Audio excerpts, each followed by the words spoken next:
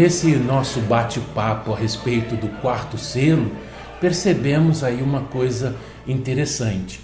É que o cavaleiro deste quarto cavalo que surge no quarto selo, diferentemente dos 3 anteriores, ele tem um nome, e esse nome é Morte. Este cavaleiro é chamado Morte. E voltando os nossos olhos para o capítulo 1 do Apocalipse, precisamente no versículo 18, nós vemos que o Cristo se apresenta como aquele que vive.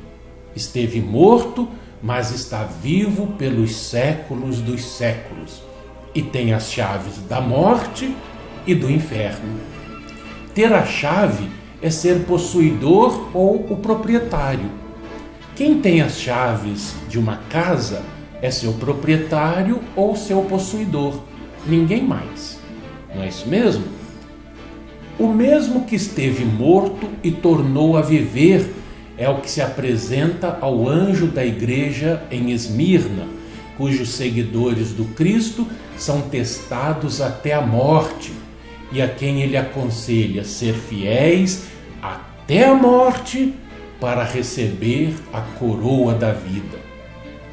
Ainda com relação a possuir as chaves, na carta à igreja de Filadélfia, o Cristo se apresenta como aquele que tem a chave de Davi para abrir e ninguém possa fechar, e para fechar de modo que ninguém possa abrir, indicando, como já conversamos a esse respeito, que é ele quem controla a entrada e saída do inferno. Importante essa colocação de que o Cristo é quem controla a entrada e a saída do inferno. Por quê? Porque nós precisamos entender bem o conceito de inferno.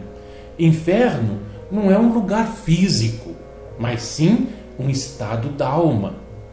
O Cristo tem a chave, por quê? Porque é pela sua mensagem, pelos seus ensinamentos, seus exemplos, que o Espírito pode deixar, se o seguir, de estar no inferno, ou permanecer nesse estado da alma. Então, percebam bem, é o Cristo que é a passagem, a saída do inferno ou entrada nele, desde que a pessoa não siga os ensinamentos, os exemplos de Jesus, ela passa a viver no inferno. Está clara essa imagem para vocês?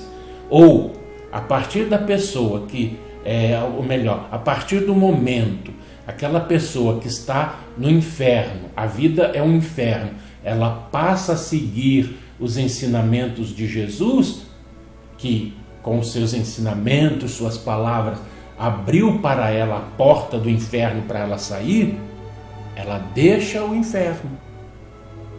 Deu para entender bem essa colocação?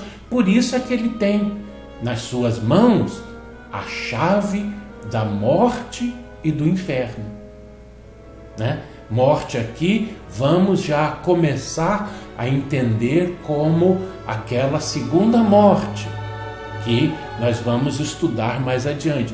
Não é a morte física, a primeira morte, mas a segunda, essa morte que estamos falando. Então, só para ficar bem claro, a chave é a sua doutrina, simbolizada, representada principalmente no novo mandamento, na ordem do amar.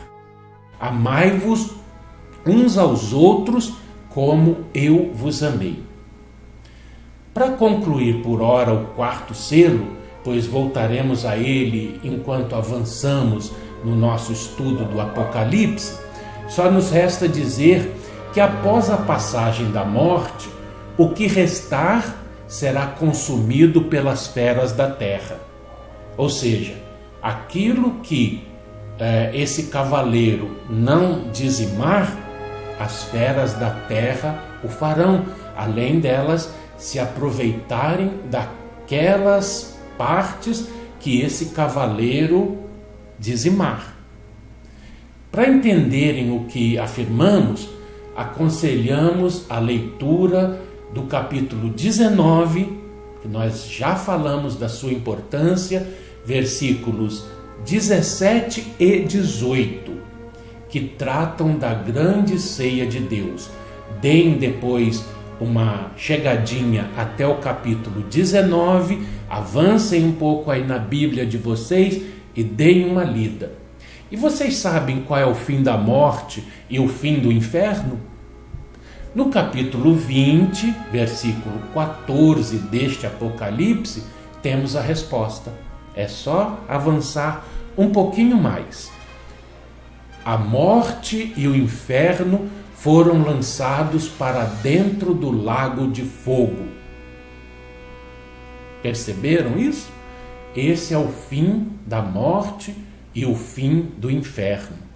Por conclusão, resta-nos verificar se o que aconselhamos no início desse comentário sobre o quarto selo, ou seja, a leitura de Jeremias e de Ezequiel, tem a ver com o texto aqui apresentado no Apocalipse.